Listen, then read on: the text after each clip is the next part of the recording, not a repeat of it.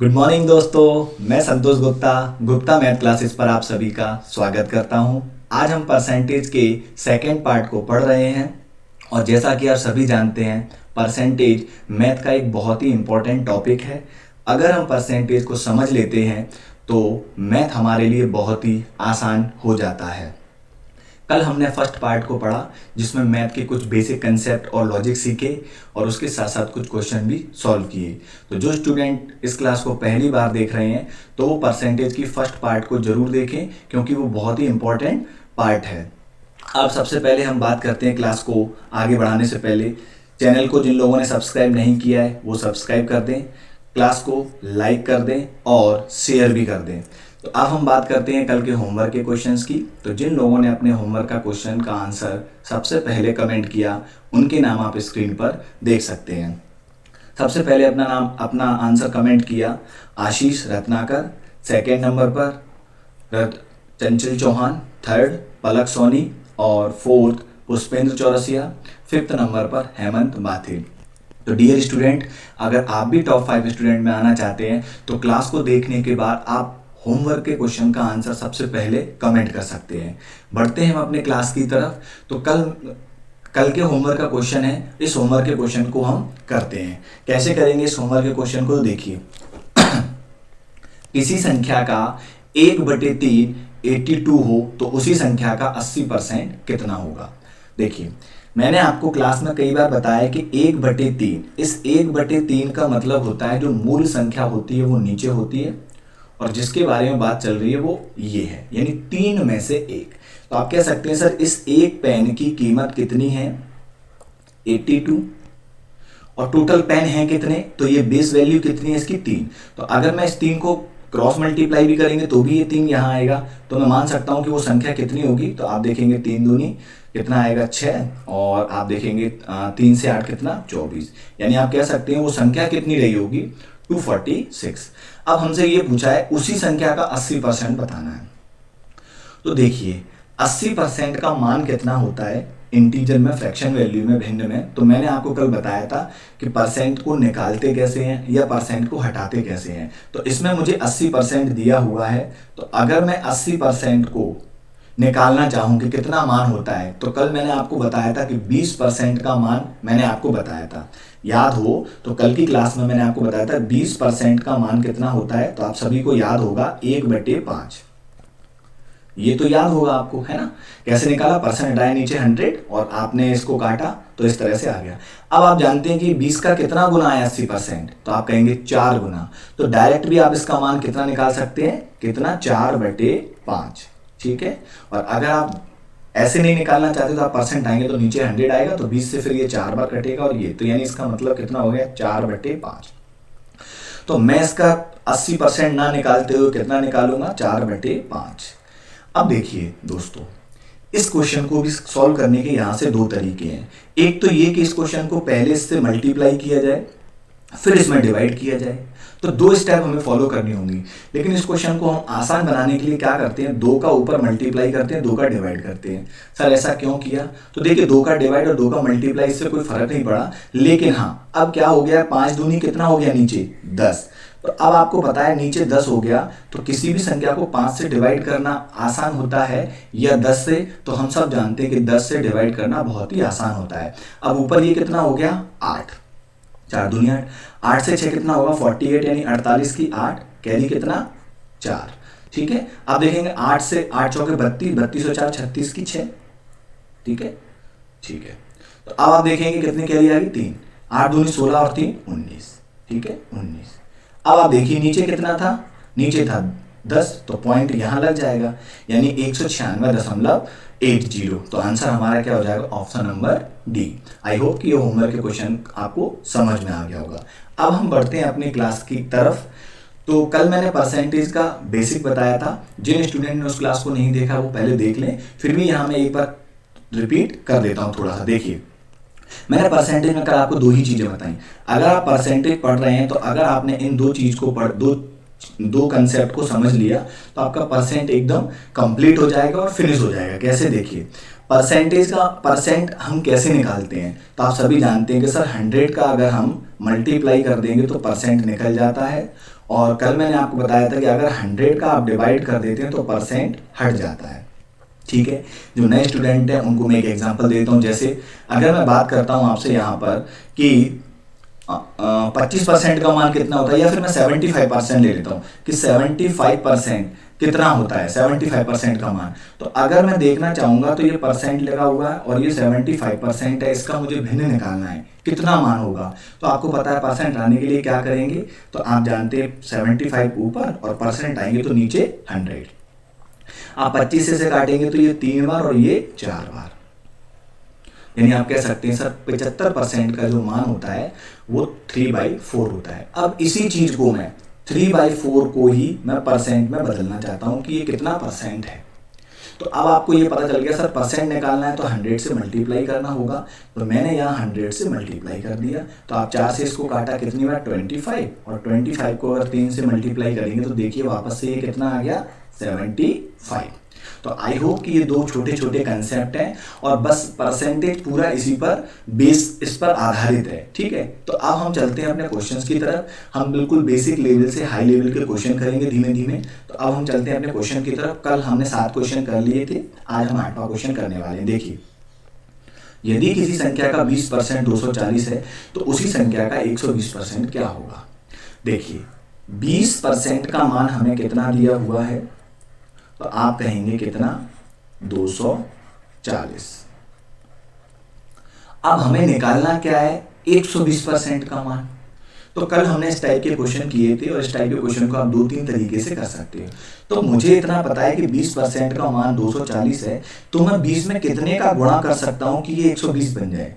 तो आप कहेंगे केवल एक ही संख्या है जिससे इसको मल्टीप्लाई करेंगे तो ये कितनी बनेगी, 120। यही हमें चाहिए।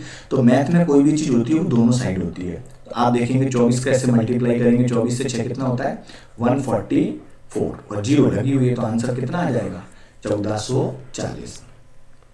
ठीक है, अब हम चलते हैं अपने अगले क्वेश्चन की तरफ।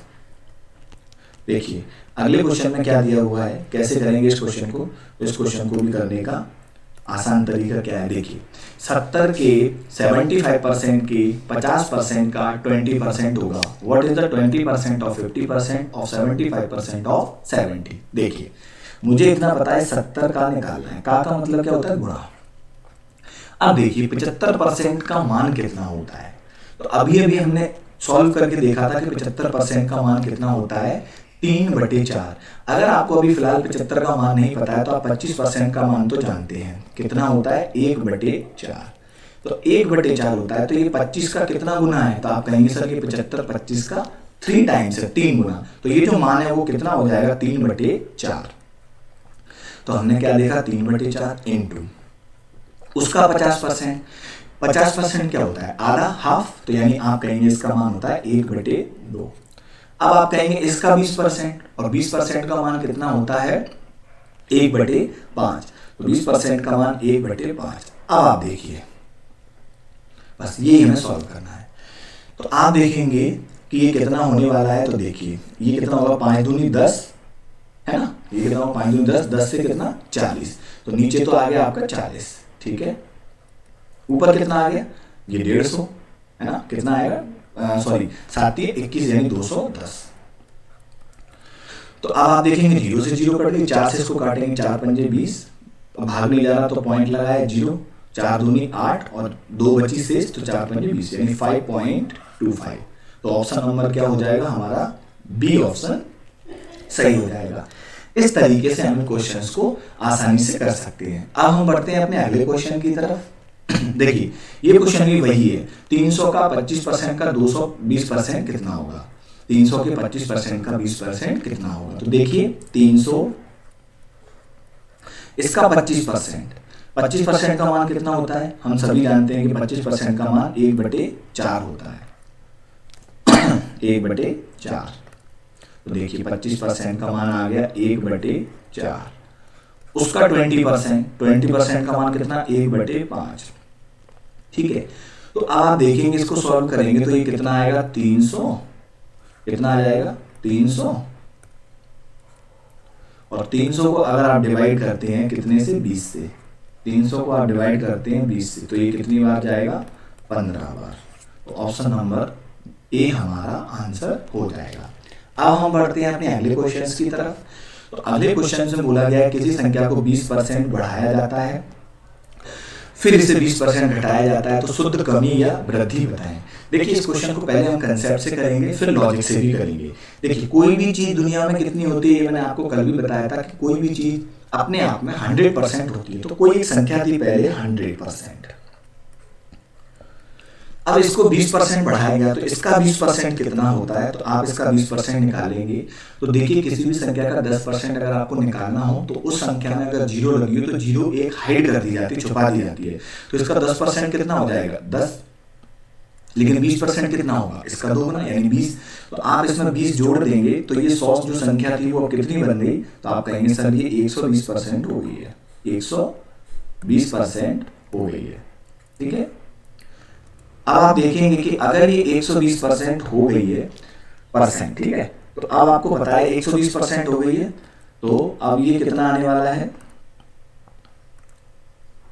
120% अगर ये हो गई है तो अब ये कितना होगा, ये 120%। अब इसे 20% घटाया जाता है, किसे, तो आप कहेंगे इस बड़ी हुई वैल्यू को, तो इसका 20% कितना होगा, तो वही हम किसी भी संख्या का 10% निकालते हैं तो उसकी एक 0 हाइड कर देते हैं। तो अब आप ये देखेंगे 12 होगा 10%। अगर 10% 12 है तो एक और 10% वो भी 12 होगा, यानी 12 दूनी कितना जुड़ेगा इसमें, अब घटेगा, सॉरी 24। सर घटेगा क्यों, क्योंकि आप पढ़िए इसको क्या लिखा हुआ, घटाया जाता है। तो अब अगर आप 120 में से 24 को घटाएंगे तो ये कितना आएगा, 96% बचेगा। ठीक है, तो आपसे पूछा गया शुद्ध कमी या वृद्धि बताएं। तो कोई संख्या कितनी थी, 100 थी, कितनी रहेगी, 96%। कितना इंक्रीमेंट हुआ या डिक्रीमेंट, तो आप कहेंगे 4% का क्या हुआ, कमी हुई। तो आंसर हमारा क्या हो जाएगा, ऑप्शन नंबर बी। ठीक है, इस क्वेश्चन को हमने कंसेप्ट से किया। अब हम इसको लॉजिक से समझते हैं कि क्या ये क्वेश्चन थोड़ा और आसान हो सकता था। जी हाँ बिल्कुल, कैसे, देखिए अगर मैं बात करूं कि 20% का मान मुझे कोई बता दे तो काम आसान हो सकता है। तो आप कहेंगे 20% का मान होता है 1/5, यानी बेस वैल्यू कितनी है, 5, और 5 पर 1 की बात चल रही है। तो कोई संख्या पहले 5 थी, अब वो बढ़ेगी तो कितनी, 1 बढ़ेगी तो वो कितनी हो जाएगी, 6। ठीक है, क्योंकि बढ़ रही है, यहाँ लिखा हुआ बढ़ाया जाता है कितना, तो ये आपको ऊपर वाली वैल्यू से पता चल जाएगा। तो 5 से 1 बढ़ाएंगे तो 6। दोबारा बोल रहे हैं 20% घटाया जाता है, तो 20% का मान तो यही होगा, लेकिन इस बार घटाया जा रहा है, तो 5 पर घटेगा कितना, ये वैल्यू। तो आप कहेंगे वो कितनी हो जाएगी, 5 से 4। तो अब आप ओवरऑल देखेंगे तो 5 से 5 को मल्टीप्लाई करेंगे तो ये आएगा आपका 25, और 6 से 4 को मल्टीप्लाई करेंगे तो 24। यानी कोई संख्या 25 थी, अब वो कितनी रह गई, 24। तो आप कहेंगे कितने की कमी हो गई, 1 की कमी, माइनस कर दो ना, 1 की कमी। अब ये कमी हुई है कितने पर, देखिए कोई भी चीज कम या ज्यादा कैसे होती है, इसका एक छोटा सा कंसेप्ट होता है या लॉजिक। मैं अगर आपसे कहूं, जैसे मैं बात करता हूं ये संख्या है 12, बताइए ये कम है या ज्यादा, तो आप कहेंगे सर हम इसको कैसे बता सकते हैं ये 12 है या 12 ज्यादा है या कम, कोई कंपैरिजन के लिए कोई वैल्यू तो दीजिए। तो जैसे मैं इससे कहूंगा कि ये 16 है, अब आप बताइए, तो आप तुरंत कह देंगे सर ये कम है। तो ये कम क्यों पता चली, क्योंकि सामने एक वैल्यू ज्यादा आ गई।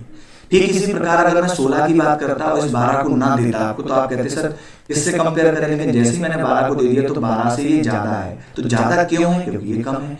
तो कोई भी चीज ज्यादा कब होगी, जब सामने वैल्यू कम हो, और कोई चीज कम कब होगी, जब सामने की वैल्यू ज्यादा हो। तो एक ये संख्या जो थी पहले 25 थी, अब 24 रह गई, एक कम हो गई। कम क्यों रह गई, क्योंकि ये 25 थी। तो आपने देखा ये एक कम है 25 पर, लेकिन हम परसेंट को कभी 25 पर कैलकुलेट नहीं करते, इसको हम 100 पर कैलकुलेट करेंगे। तो ये कितना आएगा, 25 से 4, तो 4 एकम 4, यानी आप कहेंगे सर 4% की कमी आ गई, क्योंकि मल्टीप्लाई कर दिया ना तो परसेंट बन गया। एक तरीका ये था। एक तरीका थोड़ा सा और आसान हो सकता था कि हमें पता है ये संख्या अभी 25 थी, अब ये कितनी हो गई, 24। थोड़ा और आसान हो सकता था, देखिए कैसे।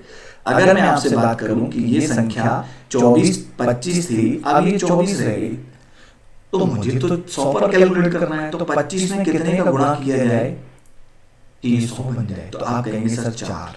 अगर 25 से 4 को मल्टीप्लाई करना है तो इधर भी 4 से ही मल्टीप्लाई करना होगा। 24 से ये कितना होगा 96, और ये 25 से कितना होगा 100। तो अब आप देखिए 96 और 100 डिफरेंस कितना है 4। आंसर आएगा 4%। ऑप्शन नंबर कितना आ जाएगा बी। ठीक है, आई होप कि आपको ये क्वेश्चन समझ में आ रहे होंगे। अब हम बढ़ते हैं अपने अगले क्वेश्चन की तरफ। तो दोस्तों ये आपके होमवर्क का क्वेश्चन है और आप सभी इसको कमेंट करेंगे। जितने भी लोग इस क्लास को देख रहे हैं वो इसका आंसर जरूर कमेंट करना, सभी लोग। ठीक है, हम बढ़ते हैं अपने अगले क्वेश्चन की तरफ। तो अगले क्वेश्चन में देखिए क्या लिखा हुआ है। एक व्यक्ति से होगा ना, यहाँ से होगा। एक व्यक्ति से किसी संख्या को 3/5 की जगह 7/4 से गुणा कर दिया तो परसेंट परिवर्तन होगा। मैंने एक व्यक्ति को बोला कि 3/5 से गुणा करना है, आपको मल्टीप्लाई करना है 3/5 से मल्टीप्लाई।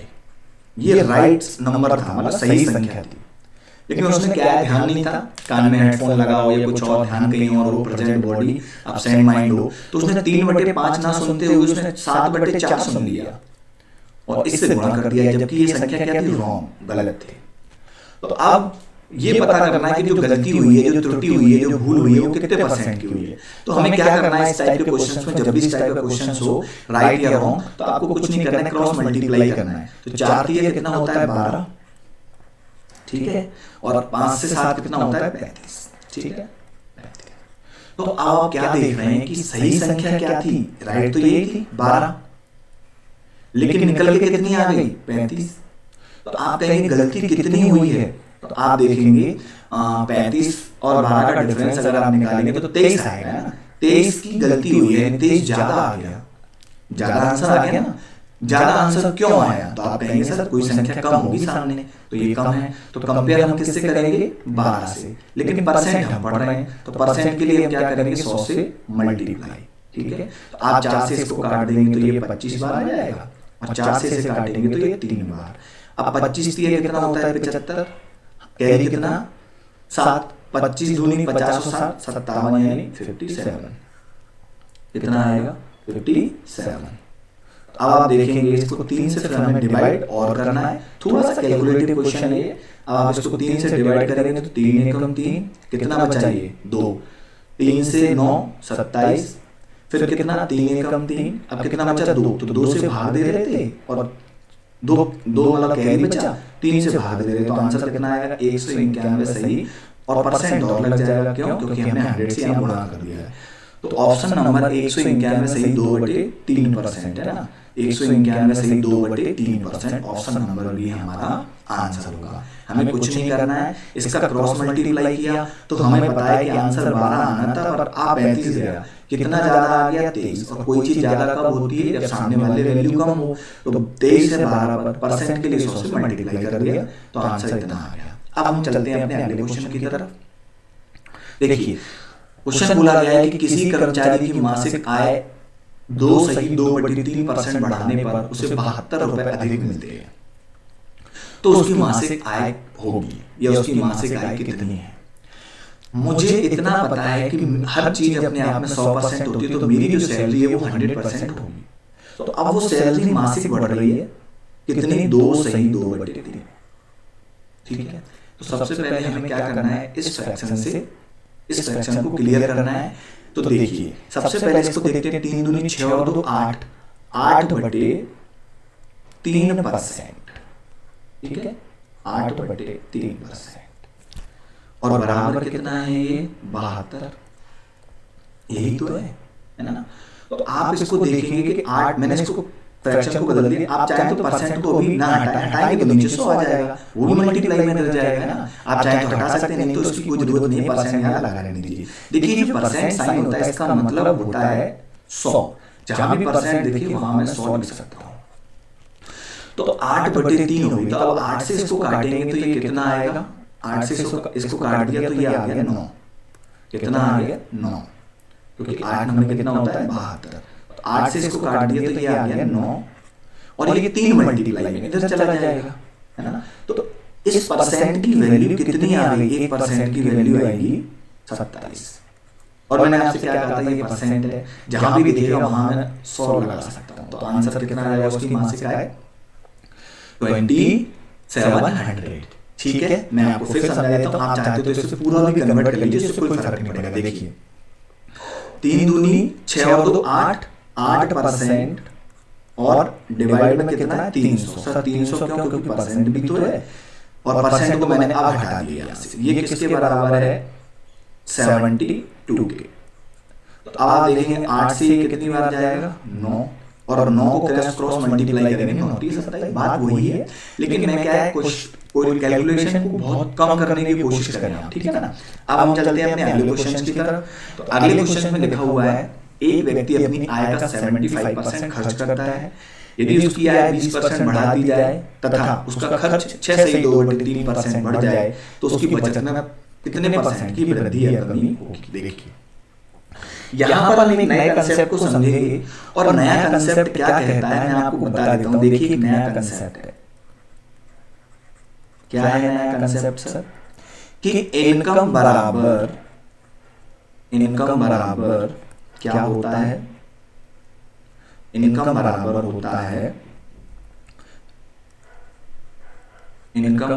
होता है एक्सपेंडिचर प्लस सेविंग। क्या होता है? Expenditure plus saving. सर ये कैसे होता है, थोड़ा एक बार एक्सप्लेन करिए। तो मैंने थोड़ा शॉर्ट में लिख दिया एक्सपेंडिचर प्लस सेविंग, ठीक है। देखिए एक्सपेंडिचर प्लस सेविंग, यानी इसको मैं हिंदी में लिखूं तो आय बराबर खर्चा प्लस बचत, ठीक है। कैसे? मान लीजिए हम कहीं काम करते हैं या हमारी फैमिली में कोई काम करता है, तो उसको एक सैलरी मिलती है, या आप कोई बिजनेस करते हैं तो उसमें भी आपको एक इनकम होती है। तो जो सैलरी है या इनकम है, जो भी आपको सैलरी मिल रही है बिजनेस से जो प्रॉफिट उठ रहा है, वो हमारी क्या एक तरह की इनकम है। तो उस इनकम को दो तरीके से बांटा जा सकता है। या तो आप उसको पूरा का पूरा सेव कर सकते हैं, तो ये 0 हो जाएगी आपकी, है ना। या फिर आप उसे पूरा का पूरा बचा सकते हैं, या आप उसे थोड़ा सा खर्च कर सकते हैं, थोड़ा बचा सकते हैं। इसके अलावा और कोई उसका रास्ता नहीं है। तो इनकम बराबर क्या होता है, मैं आपको यहां शॉर्ट में और लिख देता हूं। इनकम बराबर expenditure into plus saving. Sorry, ये शॉर्ट में एक कंसेप्ट है हमारा, ठीक है। इस कंसेप्ट को अब अगर आपसे कोई, देखिए ये कंसेप्ट जरूर है, लेकिन इससे भी 2 कंसेप्ट और निकलेंगे। अगर कोई पूछे कि भैया सेविंग क्या होगी हमारी, तो आप क्या कहेंगे? ई इधर आ जाएगा। तो इनकम में से क्या होगा, एक्सपेंस को माइनस कर देते हैं, तो सेविंग बच जाती है हमारी एस। लेकिन अगर कोई पूछे नहीं हमें तो ई बताना है, तो इस बार इनकम में से क्या होगा, सेविंग माइनस हो जाएगी, है ना। सिंपल से कंसेप्ट है ये। भैया मेरी सैलरी मान लीजिए जो भी है 10,000 है, अब मेरी बचत क्या है, तो आप पूछेंगे खर्चा कितना था आपका, तो मैं कहूंगा 2,000 खर्चा था, 10,000 सैलरी थी, तो 8,000 सेविंग आ जाएगी।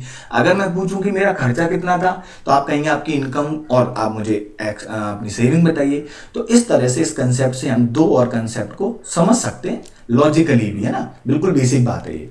तो हमें पता है किसी व्यक्ति की आय कितनी हो सकती है, तो आप कहेंगे सर परसेंट में 100 होगी। तो मैं यही सॉल्व कर रहा हूं। अगर उसकी आय 100 है और उसने 75% खर्च किया है, बोला गया है ना 75%, तो मैं परसेंट चाहो तो आप लगा दो, नहीं तो इसकी जरूरत है नहीं। वैसे देख लीजिए कैसे। तो अगर वो 75% खर्च करेगा, अगर वो यहां पर 75% खर्च करेगा, तो बचाएगा कितना? तो आप कहेंगे अगर सर वो 75% खर्च कर रहा है, तो आप बताइए 100 कमाए थे, 75 खर्च कर लिए, तो बचे कितने? आप कहेंगे सर 25%, ठीक है जी। अब उसकी सैलरी बढ़ गई, खर्च सैलरी बढ़ती है सबकी, तो देखिए लिखा हुआ है उसकी आय बढ़ गई 20%। तो अभी आय कितनी थी उसकी, तो आप कहेंगे सर 100 थी, अब 20% बढ़ाना है इसको। तो इसको 20% बढ़ाएंगे तो इसका 10% कितना होता है, मैंने आपको बताया, एक 0 हाइड कर लेते हैं, तो 10% इसका होगा 10, और 20% कितना 20, तो 20 बढ़ जाएगी ये, तो मैं प्लस के 20 लिख देता हूं। तो अब ये कितनी होगी 120%, ठीक है।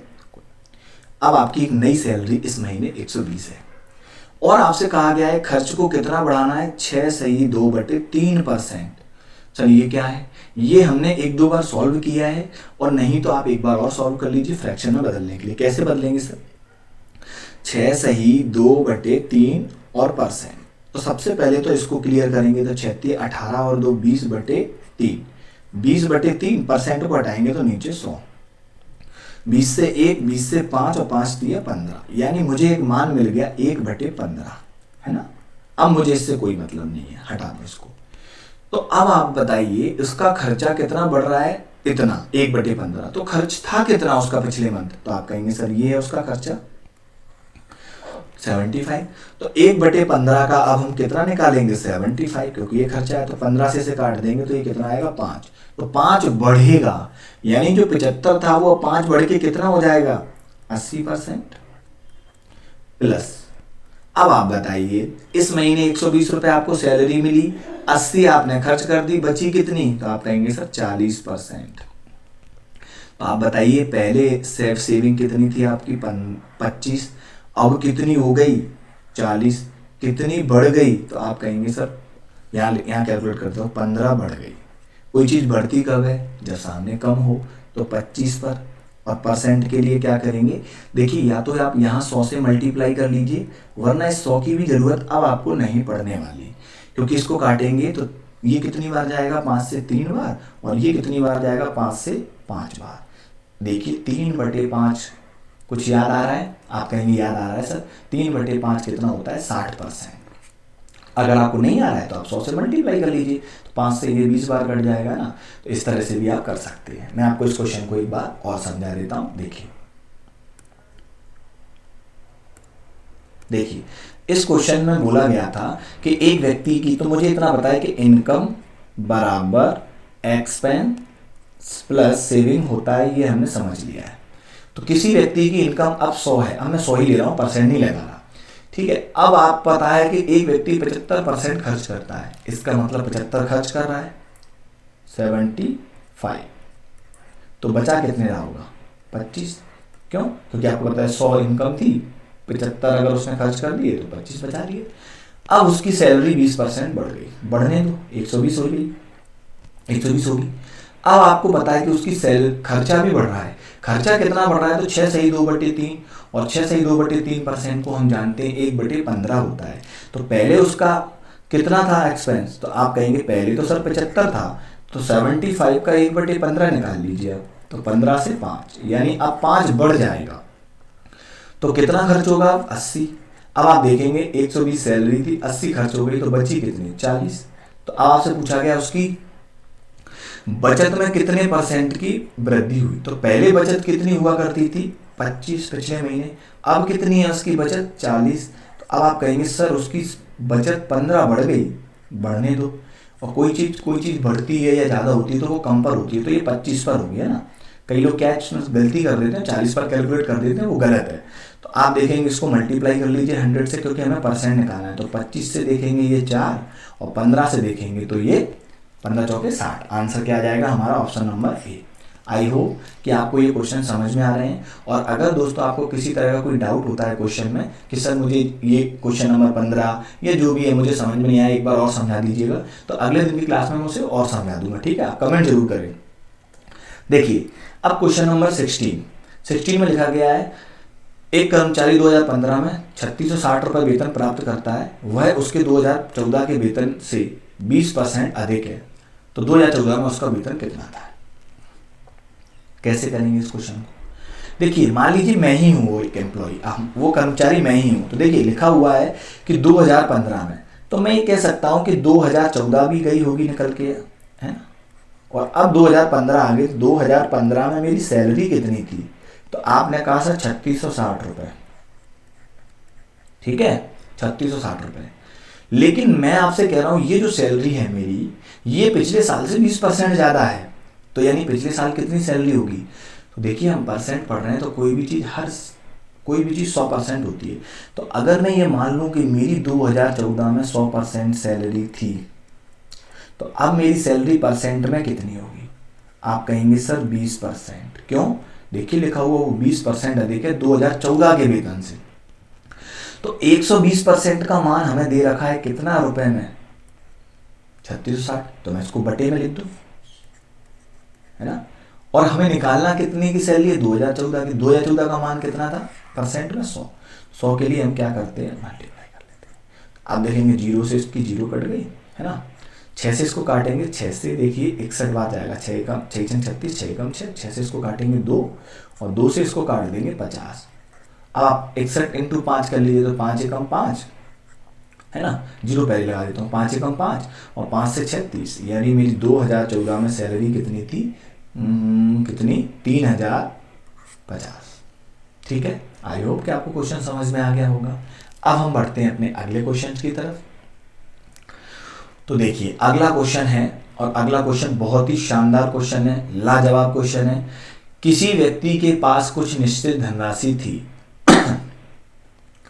उसका 30% एक वस्तु खरीदने में और शेष 30% यातायात पर खर्च कर दिया। ठीक है, देखिए यहाँ पर मैं एक छोटा सा कंसेप्ट बताता हूँ आपको। इस क्वेश्चन को अभी 1 सेकंड के लिए होल्ड करते हैं। देखिए अगर मैं आपसे कहूँ कि मेरे पास एक निश्चित धनराशि है और मान लीजिए मैंने उसका 20% किराए पर खर्च कर दिया, रेंट, और 20% मैंने, शेष का नहीं, एक बात होती है शेष का और एक होता है वो। तो ये देखिए मैंने अगर बोला कि मेरे पास कुछ निश्चित धनराशि थी तो उसका 20% मैंने किराए पर खर्च कर दिया और शेष का 30% मान लीजिए मैंने फूड पर खर्च कर दिया।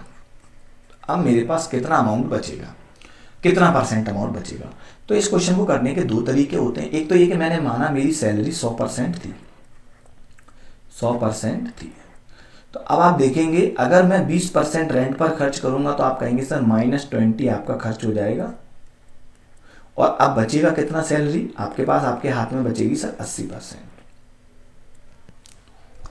अब शेष का मतलब होता है इसका 30% मैंने फूड पर खर्च कर दिया, तो अब हम इसका 30% निकालेंगे और किसी भी चीज का 10% निकालते हैं तो मैंने आपसे क्या कहा है, 0 हाइड कर सकते हैं। तो 8 होगा, 10% अगर 8 है तो 30% कितना होगा, 8 3 24, तो मैं 24 इसमें से अब माइनस कर दूंगा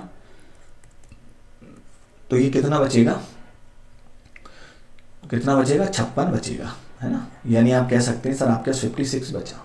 एक तरीका तो ये है। अब देखिए कितना कैलकुलेशन है, पहले यहाँ आए फिर यहाँ फिर यहाँ फिर यहाँ, ऐसे। एक तरीका ये है कि मैं मान लेता हूँ मेरे पास कोई धनराशि है तो x मान लीजिए या आप 100% मान लीजिए, 100% है। अब आप मुझे एक चीज बताइए, अगर मैंने 20% खर्च कर लिया तो 20% खर्च कर लिया तो बचा कितना परसेंट में। तो आप कहेंगे सर कोई भी चीज़ 100% होती है, ये तो आपने बता दिया। इसका अगर 20% खर्च करेंगे तो 80 बचेगा, तो 80% बचेगा और 80% का मान मैं आपको 2-3 बार बता चुका हूँ, कितना, 4/5। तो 80% का अब मान 4/5, यानी मेरी अब ये सैलरी बची। जो खर्च हो गया उसको जाने दो, हटा दो उसको। लेकिन अब आप देखेंगे कि ये 80% जो बचा है तो ये भी अपने आप में चीज कोई 100% होगी, क्योंकि दुनिया में हर चीज अपने आप में 100% होती है। तो अब आपको पता है कि शेष का 30% किस पर खर्च किया है, फूड पर। तो अब मैं तो ये मानता हूँ 100% है कोई चीज, तो 30% अगर आप फूड पर खर्च कर देंगे तो अब कोई चीज 100 होती है और 30 अगर आपने फूड पर खर्च कर दिया तो बचा कितना, 70। तो मैं 70% लिखूंगा और 70 को मैं 7/10 भी लिख सकता हूँ। तो अब आप देखिए 0 से 0 कट गई, 5 से इसको काटेंगे तो ये कितनी बार जाएगा, 20, है ना। और आप देखेंगे तो ये कितना आएगा, ये आएगा आपका 28 दूनी 56, ठीक है ना। 28 दूनी 56 और 1 0 लगी हुई है, तो ये कितना आ जाएगा, इस तरह से आप देखेंगे 7 चौके 28, 28 दूनी 56, है ना। और आप देखेंगे ये 0 लगी, परसेंट को हटाएंगे क्योंकि परसेंट में हटाएंगे तो 0 आ जाएगी। तो देखिए बचा कितना है, 56। तो इस कंसेप्ट से हम इस क्वेश्चन को बहुत आसान कर सकते हैं। मुझे पता है भी थोड़ा सा डाउट होगा, लेकिन इस क्वेश्चन को हम करते हैं, देखिए तभी आप समझ पाएंगे इसको। देखिए कैसे करेंगे, ये देखिए कुछ व्यक्ति के पास कुछ निश्चित धनराशि थी, ठीक है, 30% उसने वस्तु को खरीदने में खर्च कर दिया। तो मैं मान लेता हूं कि उसके पास x धनराशि थी, ठीक है।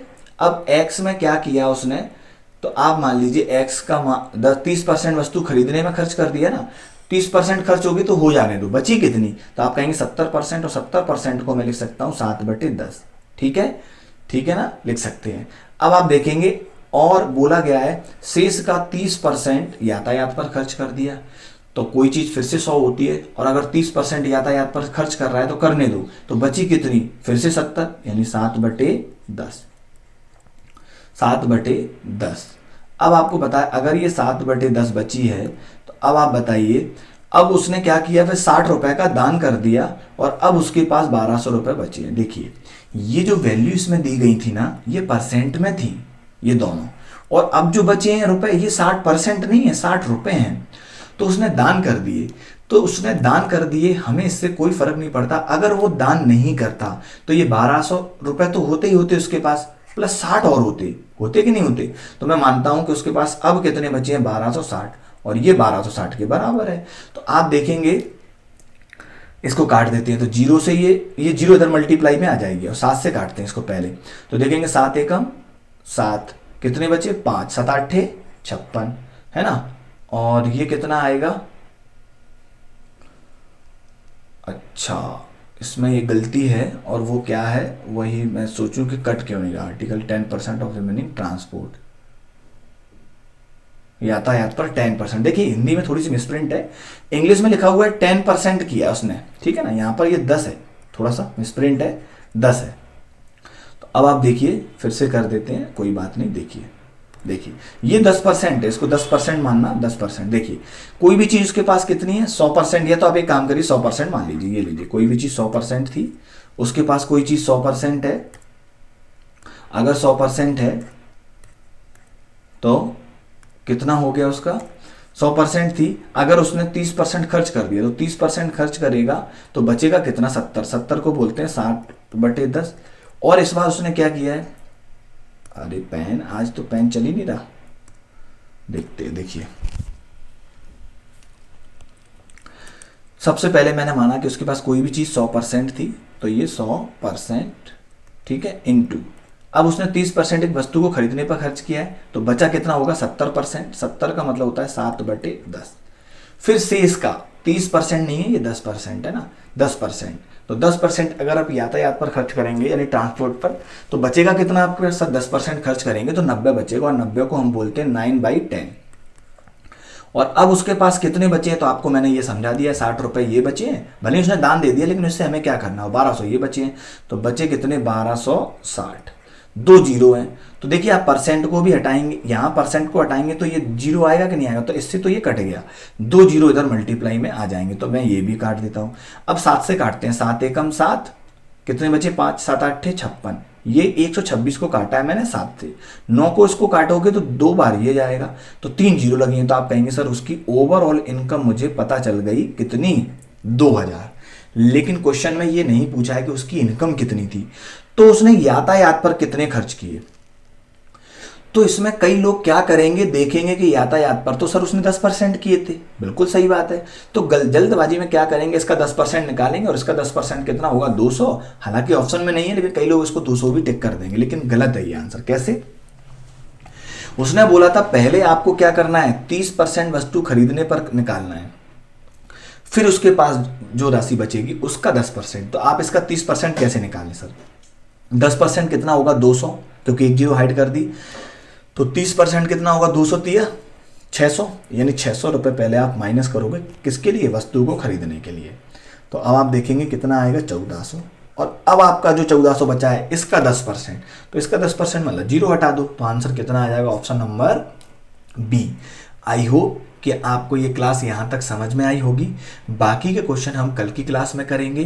तो जिन स्टूडेंट ने अभी तक चैनल को सब्सक्राइब नहीं किया है, ये क्लास को पहली बार देख रहे हैं, तो वो लोग क्लास को, चैनल को सब्सक्राइब करें, बेल आइकॉन को भी दबाएं, जिससे आगे आने वाली क्लासेस के आपको नोटिफिकेशन मिले। और अगर आपको ये क्लास पसंद आ रही है तो आप इसे लाइक और शेयर जरूर करें। कुछ लोग मुझे कमेंट या मैसेज करके पूछ रहे हैं सर ये क्लास किस किस के लिए जरूरी है। तो देखिए वैसे तो ये ओवरऑल मैं पूरा ही पढ़ा रहा हूँ, लेकिन फिर भी जो लोग दिल्ली सीपीओ की अभी जगह आई हैं, अगर आप सीपीओ एसआई की तैयारी कर रहे हैं तो उसके लिए भी बहुत ज़्यादा जरूरी क्लास है ये। एमपी में भी आप देख रहे हैं कि कांस्टेबल और जेल प्रहरी की जगह आने वाली, जेल प्रहरी का तो आपको सबको पता है, पीबी की वेबसाइट पर अपडेट भी हो गया है, अक्टूबर में एग्जाम है इसका, है ना। तो इस तरह से आप पढ़ सकते हैं। और इससे पहले कि हमने एक ग्रुप को कंप्लीट कर लिया है, 3 चैप्टर जिसमें time and work, work and wages और पाइप और टंकी को कवर कर लिया है। आप चाहें तो उसको प्लेलिस्ट से पढ़ सकते हैं, ठीक है। और संडे को हमारा टेस्ट होगा इस संडे को नल और टंकी का, पाइप एंड सिस्टर्न का। तो बाकी की बात हम कल करेंगे और सभी लोग क्लास को लाइक जरूर करें और होमवर्क के क्वेश्चन का आंसर भी कमेंट सभी लोग करेंगे, ठीक है। बाकी की बात हम कल करते हैं। Thank you very much.